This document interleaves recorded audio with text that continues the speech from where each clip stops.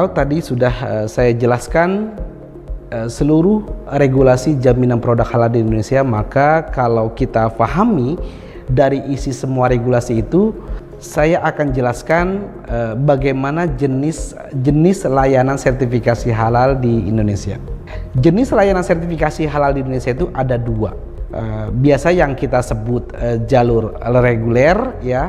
Satu lagi adalah jalur self declare.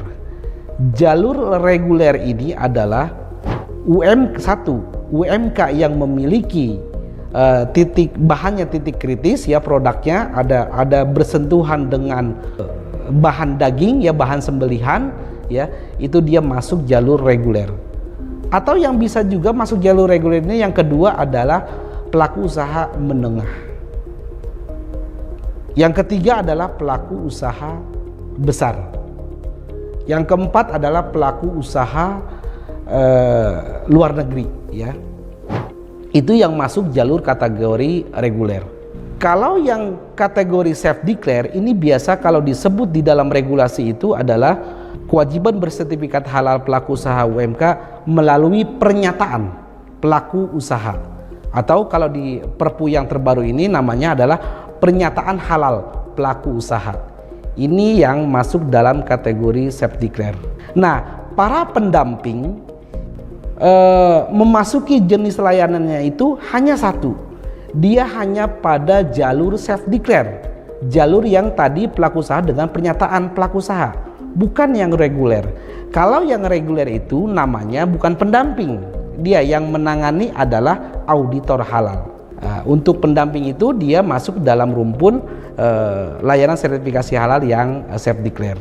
Nah, kalau kita lihat ini, saya mau paparkan untuk lebih dapat memahami pemahaman kita terhadap jenis layanan sertifikasi itu, ada reguler, ada self declare. Bisa kalau kita bisa istilahkan, self declare itu adalah dibayar, ya. Siapa yang membayar? Jadi pelaku usaha tidak membayar tapi dia dibayar. Itulah self declare. Dia didanai, ya, dari APBN, APBD, atau dana-dana CSR, ya, atau dana lainnya yang sah dan tidak mengikat. Kalau yang reguler di sampingnya, ya, itu ada gambar reguler dia yang berbayar. Jadi pelaku usaha membayar. Tapi ada pengecualian yang reguler tidak semua berbayar. Reguler yang UMK-nya memiliki titik kritis tadi, bahan sembelihan, ya, itu dia dapat juga difasilitasi pendanaannya, ya. Jadi tidak semua reguler berbayar, itu ada pengecualian untuk UMK yang memiliki titik kritis, yang memiliki bahan sembelihan, itu bisa juga dapat dibiayai, ya, didanai, gitu loh. Siapa yang mendanai? Tadi sama, ya, bisa dari APBN, APBD, itu. Tapi pada prinsipnya, pada umumnya yang reguler itu berbayar. Yang akan turun ke lapangan, ke pelaku usaha, kalau reguler nanti adalah oleh lembaga pemeriksa halal, yang untuk self declare ini adalah lembaga pendamping halal. Lantas siapa dari dua lembaga ini yang turun menemui pelaku usaha, ya? Kita lihat, kalau lembaga pendampingan PPH ini adalah pendamping PPH. Inilah yang dimaksud tadi, peran serta masyarakat terhadap pelaku usaha UMK yang sertifikasi halalnya melalui self declare, ya. Nanti inilah yang akan turun, ya. Inilah regulasi yang sejak tadi saya paparkan. Pendamping PPH inilah yang melakukan pemeriksaan, ya, atau bisa dikatakan melakukan verifikasi dan validasi terhadap pernyataan pelaku usaha yang sudah dibuat, ya, dalam permohonan sertifikasi halal. Nah, kalau untuk yang reguler, dia namanya bukan pendamping PPH, akan tetapi namanya adalah auditor halal. Dua nomenklatur auditor halal dan pendamping PPH, ketika turun dua-duanya ke lapangan ini, maka dia akan berhadapan yang namanya penyelia halal. Jadi penyelia halal ini memang keberadaannya adalah di pelaku usaha. Bedanya ya, diberikan kemudahan untuk penyelia halal untuk pelaku usaha UMK ini boleh dari dirinya sendiri. Tapi kalau penyelia halalnya itu adalah yang reguler ya, ini adalah harus orang lain, bukan oleh pelaku usaha itu sendiri ya, bukan ya, tapi dari orang lain. Nah, ada di tengah-tengahnya itu auditor halal dalam penyelia halal ini dia bisa dibentuk melalui lembaga pelatihan. Jadi dua inilah ya jenis layanan sertifikasi halal di Indonesia. Dari reguler dan self declare, maka kalau kita lihat di atas ada yang namanya BPJPH, ada Majelis Ulama Indonesia, atau sekarang yang di Perpu ini adalah bisa MUI, bisa Komite Fatwa Produk Halal ya. Nah, keberadaan dua lembaga ini, jadi pelaku usaha ini yang dibawa reguler ataupun self declare, dia mengajukan permohonan sertifikasi halal ke BPJPH ya.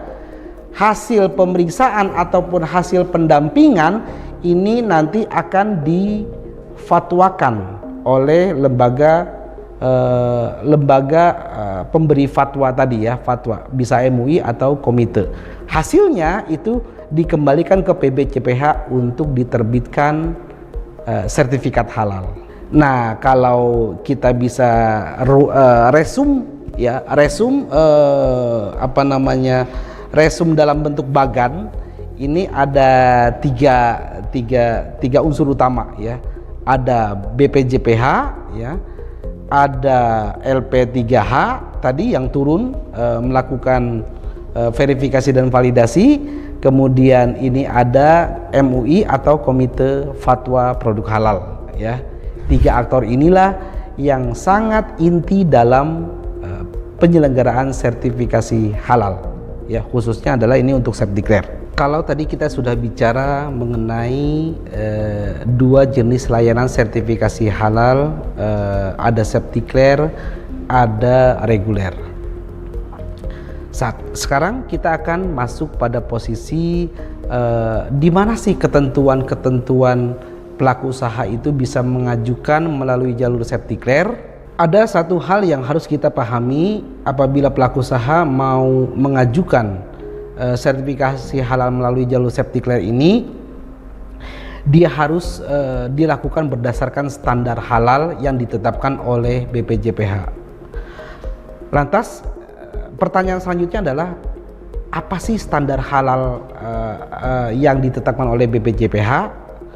Nah, standar halal yang ditetapkan oleh BPJPH itu terdiri atas dua hal. Satu, adanya pernyataan pelaku usaha berupa akad ikrar.